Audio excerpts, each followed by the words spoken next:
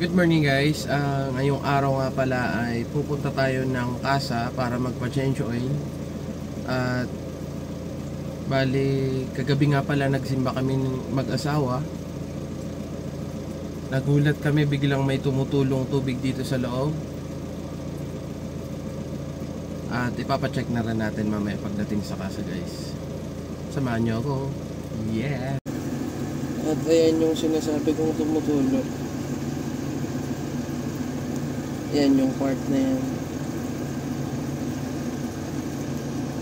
Maririnig nyo guys. Kakaiba yung tunog niya ngayon.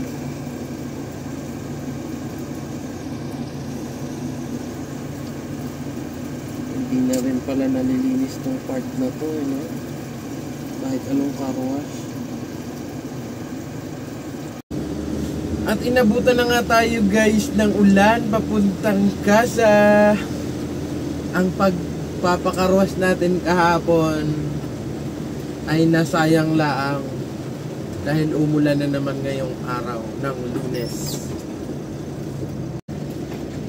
Grabe na yung ulan na yan man. At yan guys, nandito na nga tayo sa Mitsubishi Commonwealth at inayos na nga natin yung mga concern natin. Sinabi ko na dun sa front desk, which is dito.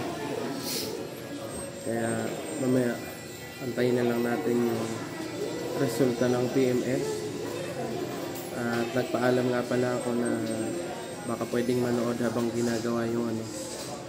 At base dun sa tropa, kasi nagpaalam naman talaga tayo na maayos, papayagan daw nila kung makita kung ano yung mga ginagawa pag nagpapa-PMS tayo kay Ed. Kaya tignan natin mamaya kung anong gagawin nila lahat.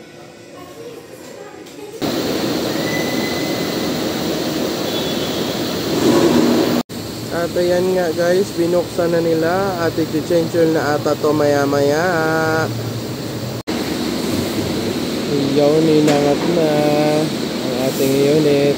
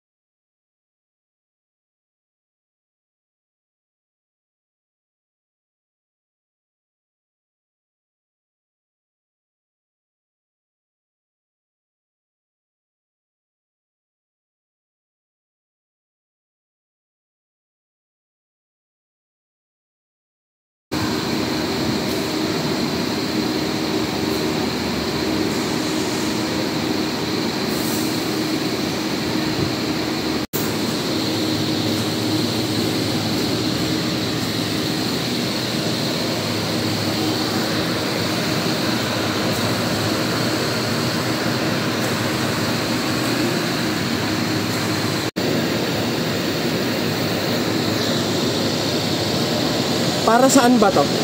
Center cooler yan sir. Sa may turbo. Okay. Nagpapalamig ng hangin.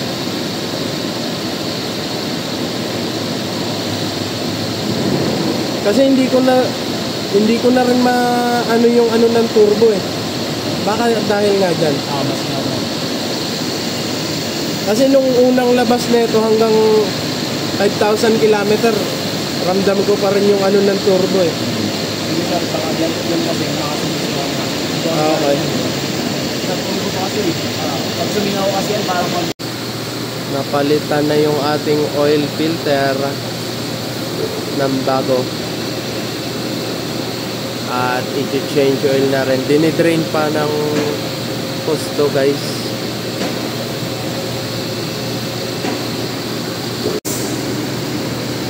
Ayan na, nilalak na nila.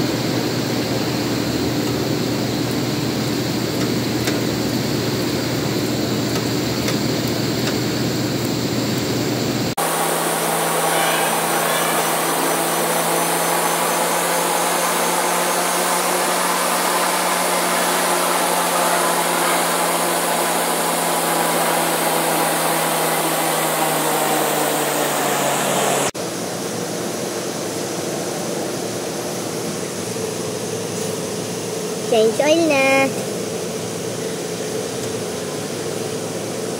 Sir, yung standard talaga nito ilang litro? 4 liters talaga.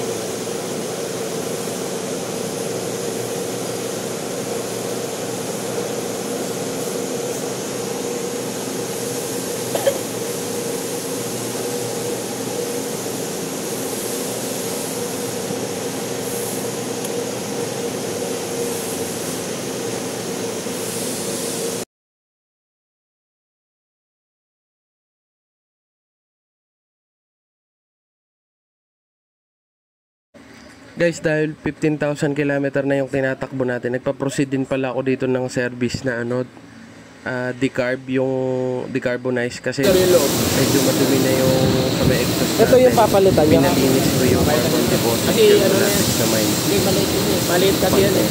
Okay. Diyan sumisingaw talaga. Oo. Nararamdaman mo yan agad sir pag babago yan pag ano. Pag atak yan.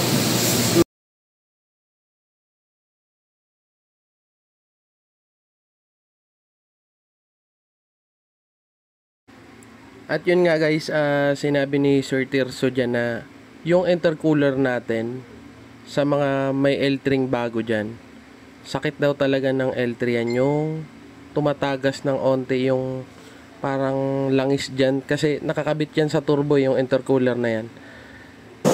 Turbo tapos exhaust dyan nakakabit dyan. Kaya ang gagawin namin ngayon is papalitan namin yan yung tubig. Kaya unti-unti nang ginagawa ng tropa kasa. Ayan, kung makikita nyo pinapalitan nila yung sasakto lang talaga dapat.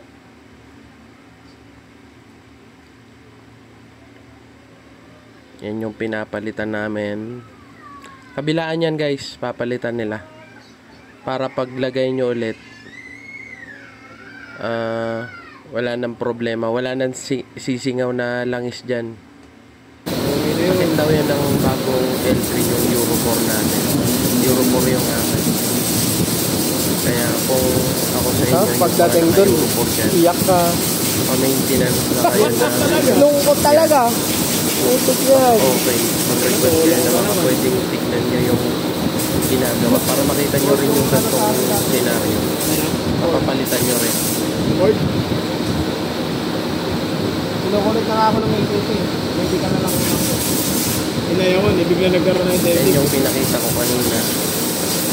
Yung nasa una Kaya rin ng siguro video. service na Yan yung ginagawa nila.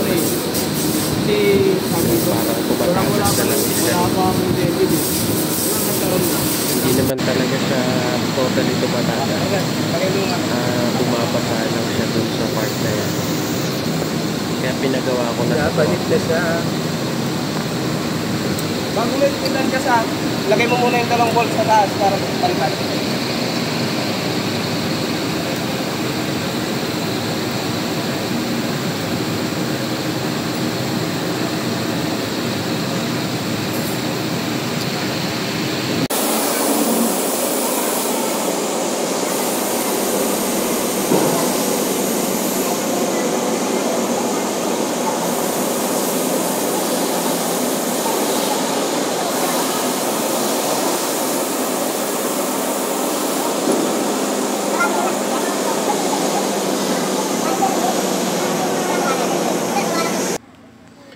At tinatapos na lang nila dito guys yung pag decarbonize dyan.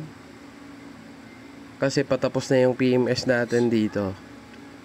Kaya tinatapos na lang nila lahat ng gagawin para ma-release na ulit yung ating unit. Yan, dinuduko talaga nila guys. Kaya worth it talaga yung binayad nyo.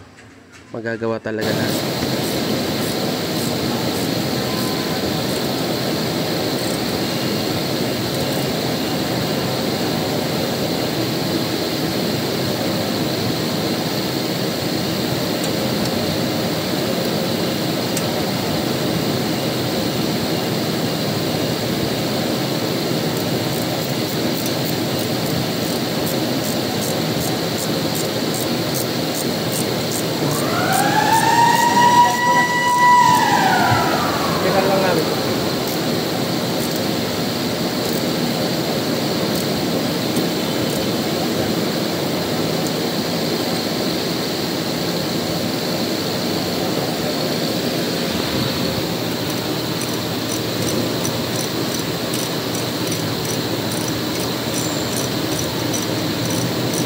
Pinakita ko doon sa tropa ko. Sabi niya, sige man, sasunod kong ano, dyan na lang.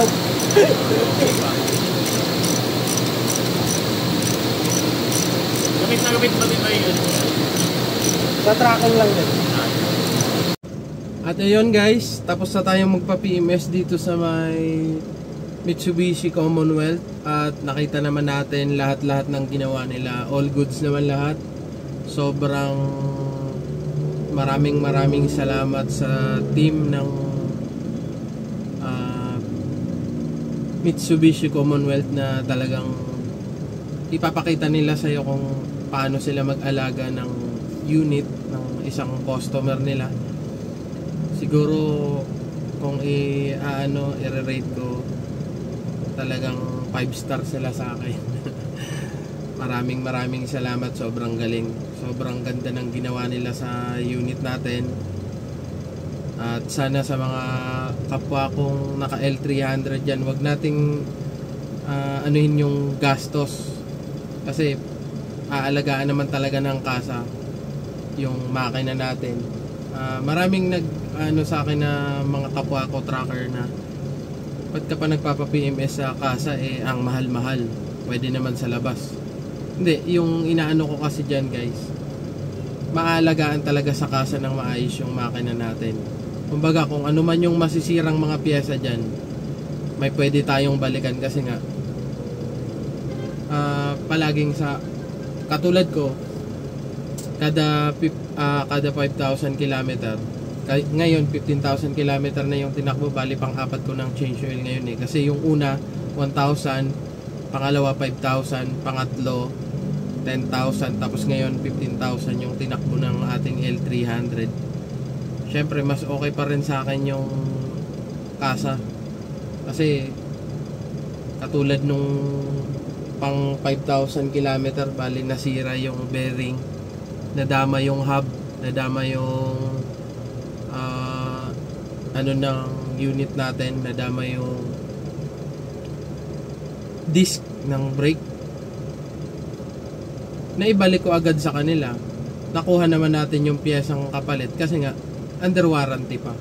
Kaya sa mga kapwa kong naka L300 dyan, o kung ano man yung unit nyo, mas okay na magpa-PMS talaga tayo sa kasa. Yun lang. Thank you very much guys. Maraming salamat sa panunood. Alright.